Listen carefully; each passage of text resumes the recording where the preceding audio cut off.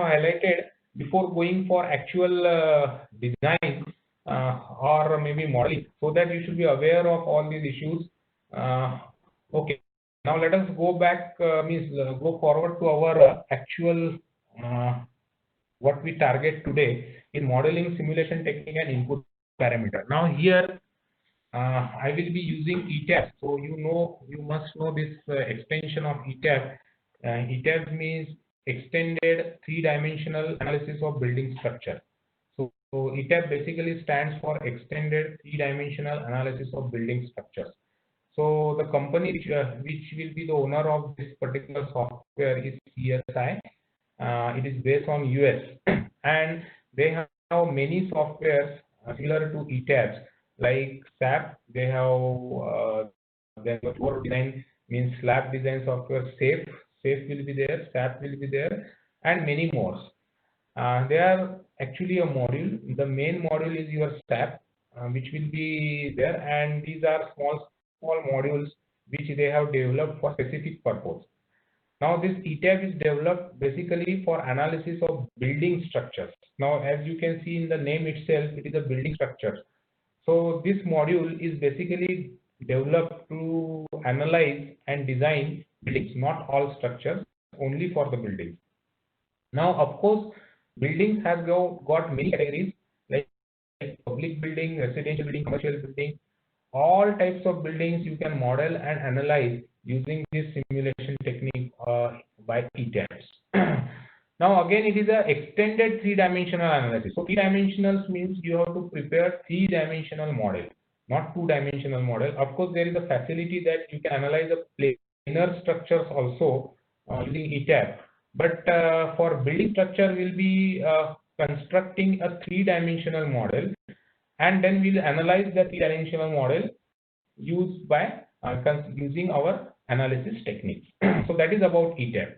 Now, what is the difference between SAP and ETABS? SAP is a generalized software which is also developed by CSI, but in ETABS, this module is specifically building, and SAP is a generalized software where you can go for modeling of your bridges or tunneling or any other type of structure other than building.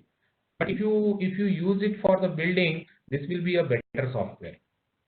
Okay, now any software will work on two things. One is command prompt and another is what you call as a graphical user interface, GUI environment.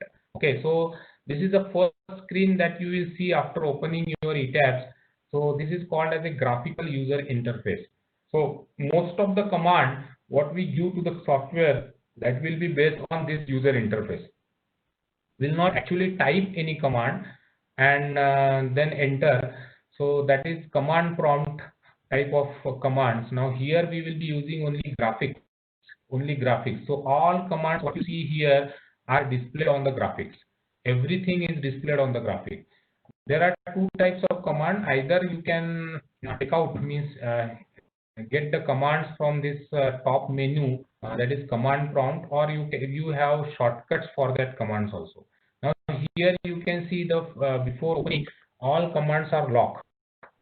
None of the command is active. All commands are locked initially because you have not started your model yet. So initially only one command you can see, that is help command, which is active, and all other commands are locked currently. Now as soon as when you start your modeling, this will be opened and there are number of options which is available. Now these are all symbols for your shortcut symbols for your commands that you are going to use for the software. Like you can see this save symbol, then redo undo symbol is there. This is a refresh symbol. This is an analysis symbol. Then these are zoom options which are available. Zoom out, zoom in, and then zoom previous, like that. Then these are the panning option which is available. Then these are the view options, that is 3D view, plan, elevation. Then rotate, you can rotate your model. Then there are levels you can change. These are levels, upward, downward. So you can go up or go down in plan or maybe in elevation. Then these are some settings. If you see this tick, this is for internal setting, what you want to view or what you want to hide in your model. So the settings are here. These are after analysis commands. Some of the after analysis command, this first symbol is for displacement. You can see the displacement for different types of loading, maybe dead load, live load, earthquake load, etc. Then these are support reaction command. Then there is a bending moment diagram command. Then stress distribution. If you analyze your model, you can see the stress distribution also. These are the section properties that we will be using in the model. So different section properties, maybe steel design, concrete design, composite design, all these types of commands is available in the form of symbols. Then you have a option of opening a new model, or maybe you can open your existing model and you can start another things. Means you can either open your model, new model, you can make the new model, or you can open existing model. So these two options are always available. There are certain recent model that you have made and then it is stored in the memory of computer. That also you can go directly from here and you can open your new model also. So this is general interface of your first screen of ETAB, what you see after opening your ETAB softwares. Okay, so you have to click here first, open new model, and as soon as you open, you will be asked to ask for the grid line, and then some initialization will be there. Okay, let's see. Okay, so yeah, this will be the next screen. This will be the next screen for initialization. There you have asked to put some input units. So displays unit will be there. Right now it is metric SI system that we will be using. Then there is a steel section database. Right now it is Indian section database we will be using. Of course, there are number of section database which is available for steel, like ACI, then use the ASC will be there, Euro standard will be there, Chinese standard will be there. All standard are inbuilt in this particular database, but we will be using India, so we have selected Indian here. Unit system will be metric SI unit system, and steel section database will be Indian. Now steel section design code will be IS 800-2007. That is the latest code we will be having as a for steel design that you select over here. Of course, there are other codes which is available. Other countries' codes are also available in this particular section database, but you have to initialize for the particular country. Now we will be using this standard for India. So this initial database we will be selecting for Indian codes. So Indian IS 800-2007, that is the steel design code. Then concrete design codes, of course, IS 456-2000. And this code is not revised after 2000, so latest revision is up to 2000. There may be a draft now. Okay, so this is initially you have to set all this information to the software. So whenever you prepare your model, the software will use this database for design. This database is used for design. So by default, whenever you go for your design of element, the software will use this database. Okay, so that is the next screen. The next screen you will see is your grid system. Now, what is grid? Grid is nothing but a reference line. Now, I will show you what is meant by grid in maybe in this side. Yes. So this is a grid actually. So whenever you start modeling, the first thing you have to do is you have to form grids, different grids. This is a general numeration drawing for one of the project called substation building or service building, where you have got different slab systems, columns, beam, framing will be there, and then there are grids. So these are grids. You can see these lines. These are called as grids. These are called as a grid. So what are these grids? Grids are nothing but the reference line. They are not member. So why we prepared this reference line? So there should be some reference for any column. For example, if you take this column, which is at the edge, it is on this grid and this grid. So you can plot this column with reference to this grid. Okay, so these are called as grid lines. So generally, these grid lines are formed at the center of the column. Grid lines are formed at the center of the column. Generally, it is not compulsory that all grids should be at the center. Where you require any additional grid, you can put that grids. But these are generally a reference line which is formed at the center of the column. So there are number of grids which are formed on the center of grid. center of column horizontally as well as vertically. So vertically you can see these grids are formed 1, 2, 3, 4, 5, 6, 7, and then horizontally also you can form the grid. Now, one thing I want to tell you that because these grids are your only reference line, whenever you prepare your model, this grid should be, the nomenclature for the grid should be same as your architectural grid nomenclature. That means whenever architect uses A1, A2, A3, A4, your grid in your structural model should also be A1, A2, A3, A4. So the advantage of using that type of grid system, that type of nomenclature is that the reference should be same for architects as well as for you. Otherwise, if you use this 1, 2, 3, 4, 5, 6 and architect will show it as A1, A2, A3, then there is always difficulty in plotting, means there is a reference. So you use same architectural grid system, whatever given by architect for your model.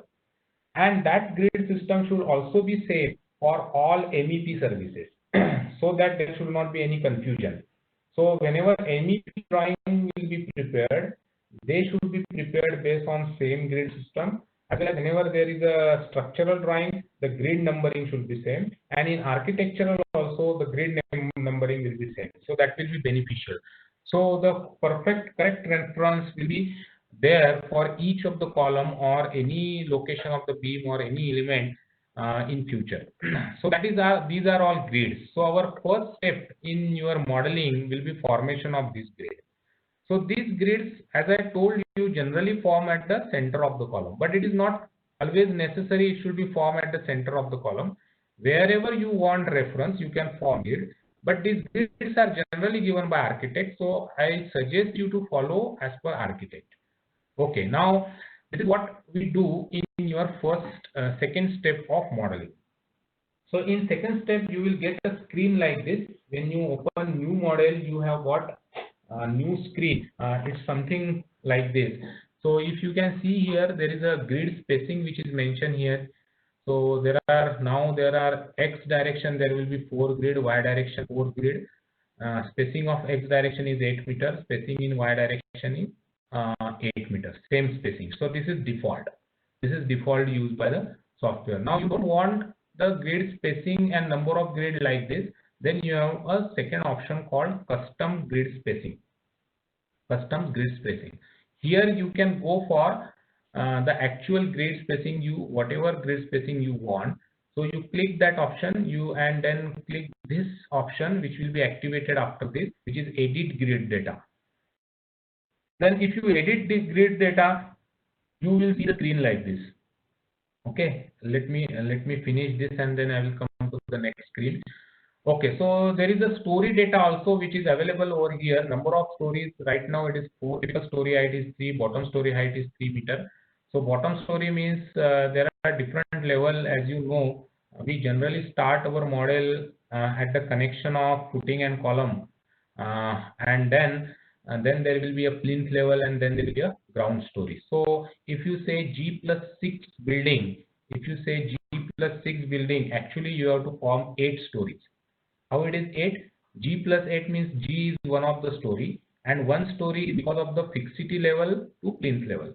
So whenever you say G+6, the total number of stories will be 8. One is G, which is ground story, and another one is from plinth level to the fixity level. Fixity level means where there is a connection between your footing and your column.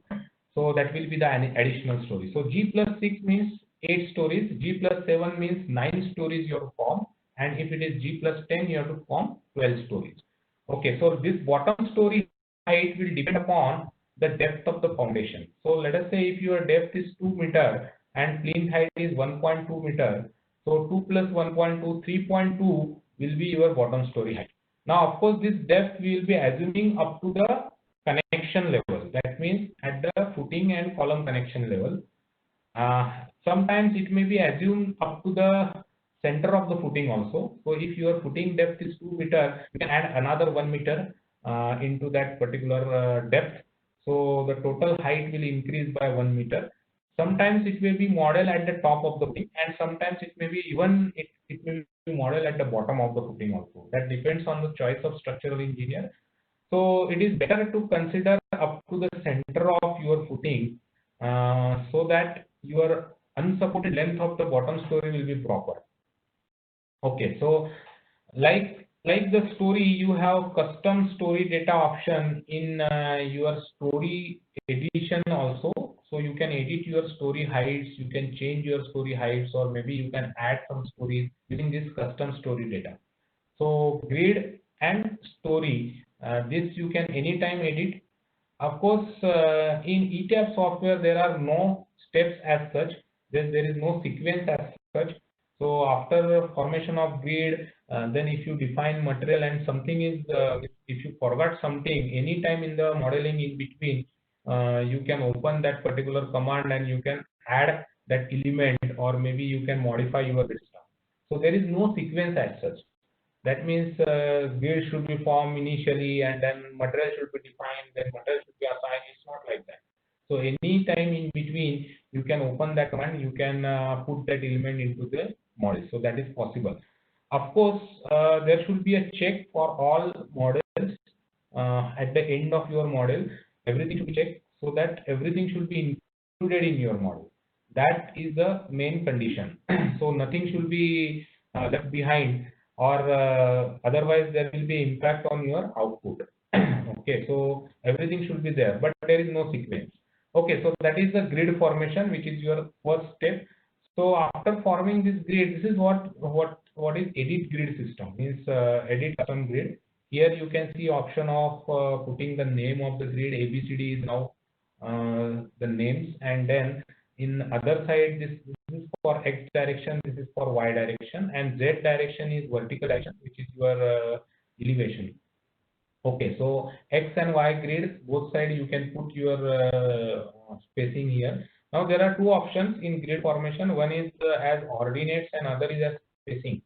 So whenever you use this, if you use this spacing, it will be spacing between the two grids. Okay. So spacing, now here you can see here it is displayed as ordinates. So first is 0, then 8, then 16, and then 24. So if you put spacing, it will be 8, 8, 8, 8, and last grid should be 0. So spacing, you can form grid by spacing also, or by ordinates also. It depends on you. Okay. So similarly for the Y direction also. And whatever you do, there is a preview which is available over here. So you can see whatever commands you will be doing here, or maybe grids, whatever you're forming grids, that will be visible over here. So you can see your grids over here. You can see this X direction grid ABCD and Y direction grid 1, 2, 3, 4. And then if you change this spacing, immediately this preview will change. So you can see preview before saying okay to this grid system. Okay. Now I have told you how to form grids. Now the next step is to define material or define section properties. So any software, what we are doing actually is we are giving input to the software. First input that we have given is grid system. The second input that the software needs is material properties. So what material is using, you will be using in your model. So for building model, generally we have got two material. One is RCC and another is steel, reinforcing steel, of course. So reinforcing steel, you have got different grades, and concrete also you have got different grades. So whatever grades you are using in your model, that you have to put here. So by default, there are certain materials which is available. Left side you can see these are the default material which is available in your model. And then to add new material, you just click over here. This is add new material command. You will get the screen like this.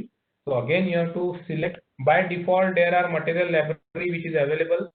So you can select the region, material type, and then standard Indian. Immediately you will get the grades. So there are different grades which are available.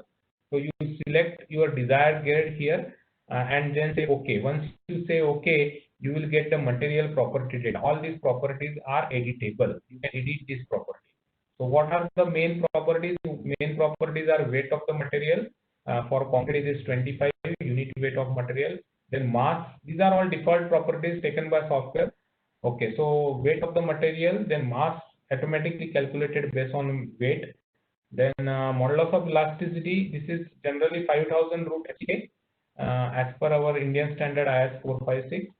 So E modulus of elasticity, this is taken by software automatically. You need not to fill all this data, but of course all these data are editable. You can edit any data if you want. Like suppose I want this is 24.9, but I want exactly 25. You can replace this with 25. Similarly, there is a Poisson's ratio, then thermal coefficient of thermal expansion. All these properties are taken corresponding to M30 concrete. Now, this is only one material. You have to define at least two materials. One is your reinforcement concrete and other is steel. So steel will be using IS means Fe415 or Fe500 or even Fe550. 550D is also available. So 2-3 steel grades we will be using in our particular model. So all these material also should also be added in this define properties command. Okay, so while adding steel, what you will do, you will select India here, material type. Here you have to select reinforcement, not concrete. Concrete has got red. The steel reinforcement, you have to select the rebar property. Okay, then of course standard will be Indian, and then you will see the different grades of rebar like Fe415, Fe500, Fe550, and Fe550D like that. Okay, so this is how the material is selected or material will be defined. The next step is to define section properties. Now, what our basic aim is why we are doing all these things is only stored in the memory of the software. None of the memory is still model, but we are saving some database which we are going to use in our model in computer's memory. So, what we will save is first is material that we have already defined. Material initially has got two properties. One is concrete and second is reinforcing bar. Second is after material properties, you have to define section properties. Now, section properties means whatever section you will be using. Now, the thing is, you may ask me that whether we will be initially will be assuming some sections or not, because as you all of you know, this analysis and design are simultaneous process. Unless you perform analysis, you will not get design section, and unless you perform design, you will not get section for analysis. So analysis also required sectional properties, and design, of course, whenever the analysis results will be there, using that results you will be designing your member. So they are simultaneous process. So unless you get some section for analysis, the analysis will not be performed. So and before analysis you cannot design your section.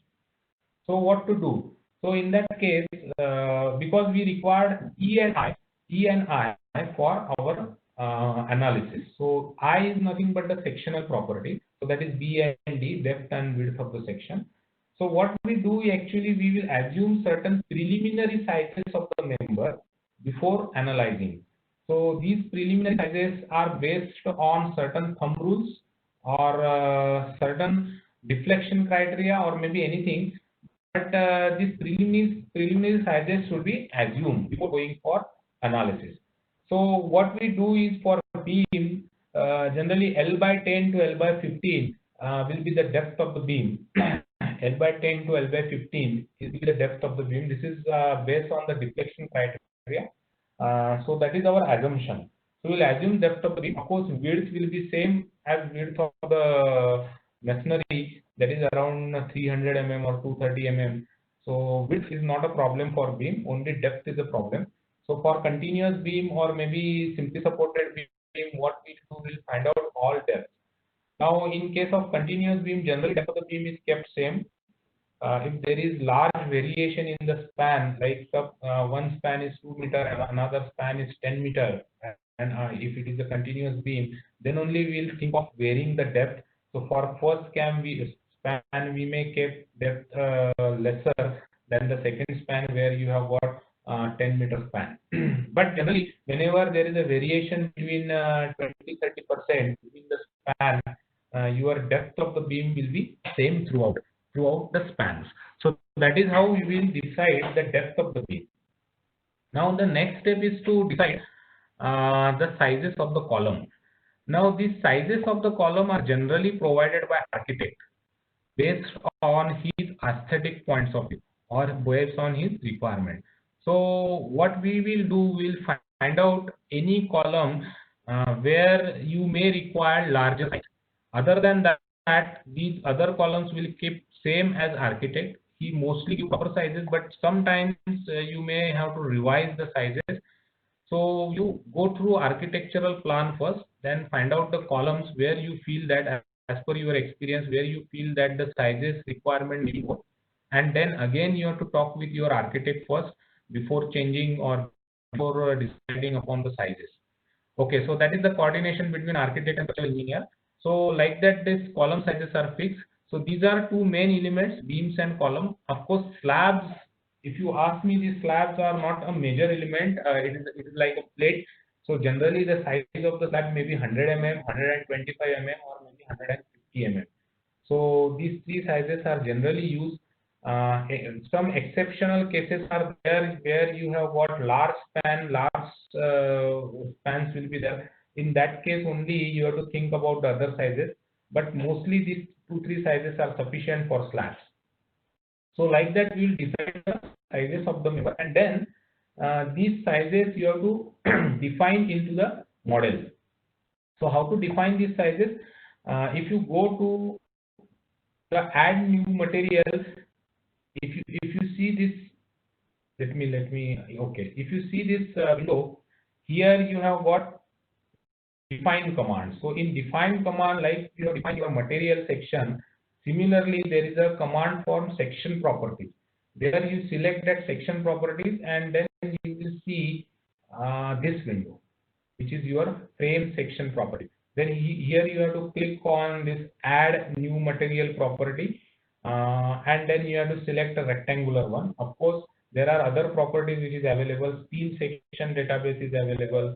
Composite section database is available. Some special sections are also available where you only put dimensions, means properties. There is no depth and width kind of thing. These are also available, which is general section. And then concrete sections are available. In concrete, you have got circular, rectangular, T shape, and I shape. All these are available. So you select appropriate section and say add property. And if you go to that, you will see this screen. And then here you have to put the name of your property, and then your material, and then sectional dimensions. That's it. Okay, now here I will like to emphasize this name of the property. You can put any name as desired. So you can call this beam as a B1, B2, B3 like that, or column as a C1, C2, C3. But it is better to put actual dimension in the name itself. That means if my beam size is 300 by 450, I will write the name of the property as B 300 450, and again I will write the material also, which is M30. So that whenever we see this beam in graphical user interface, you can immediately identify the size of the beam. You need not to go for render view where your size will be displayed, but by seeing the property name itself, you can identify this beam. So the naming system will be like this. Here you have to put the dimensions and then go for modified rebar bar. Now here you should understand that the software doesn't know whether it is beam or column. Now basically the beam is a flexural member, column is a compression member. So we have to tell the software that, okay, I want to design this beam as a flexural member. This is the beam and it is a flexural member. So that is a command called modify show rebar. So if you go to that, you will see these two design parameters. One is PM to M3 design, which is basically for columns, and another is M3 design only, which is basically for beam. So you have to select your M3 design so that the software will understand that this is a flexural member and you have to design it like a beam. So M3 design. Here you have choice of selection rebar material that we have already defined. By default, this is the default rebar material that you change FE415 or FE500 as per your choice. And then there are top cover and bottom cover requirement. So you can change this properties and say okay. So that section will get added to your actual design database. Okay. Now these are 2-3 steps, and then next we have to define the mass source. Now this mass source is basically for equivalent static analysis. I presume that you know the procedure of equivalent static analysis by IS 1893-2016, where you have got different parameters. You actually calculate design horizontal coefficient, base shear coefficient, that is AH. So that is Z by 2, I by R, and SA by G. And you multiply the seismic weight into that coefficient, so you will get the design base shear. And that the base shear is distributed along the height of the building at different levels.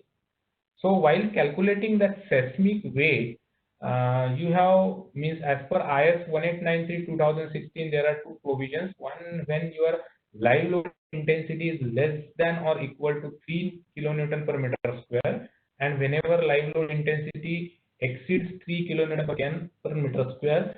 So whenever live load intensity is up to 3 kilonewton per kN square, only 25% of the live load should be considered in seismic weight. And whenever live load intensity is above 3 kilonewton, 50% live load intensity should be considered. So for that, we'll be defining this mass source, so that the computer will calculate the seismic mass of the structure based on this mass source. And then you click over here, specified load pattern. Using specified load pattern, include lateral mass and lump lateral mass at story level. That is by default option, and say OK. Okay, then start your material modeling. Okay, now I will just stop here, and then I will show you all these steps in ETABS, actually how we can do this, and then we'll go for the material modeling further. Okay, so let's see how to do that. My screen is visible? Hello? Hello? Yes, sir. Visible. Okay. So let's start how to do all these commands in ETABS. So this is how the ETAB will look like. So there are different options over here. So I will click this new model option first.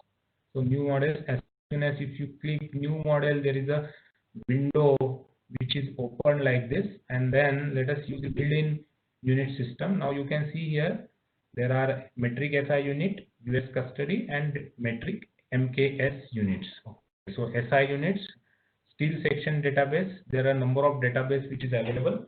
So I have selected Indian. Then steel section design code, number of sections are available. So I have selected IS 800-2017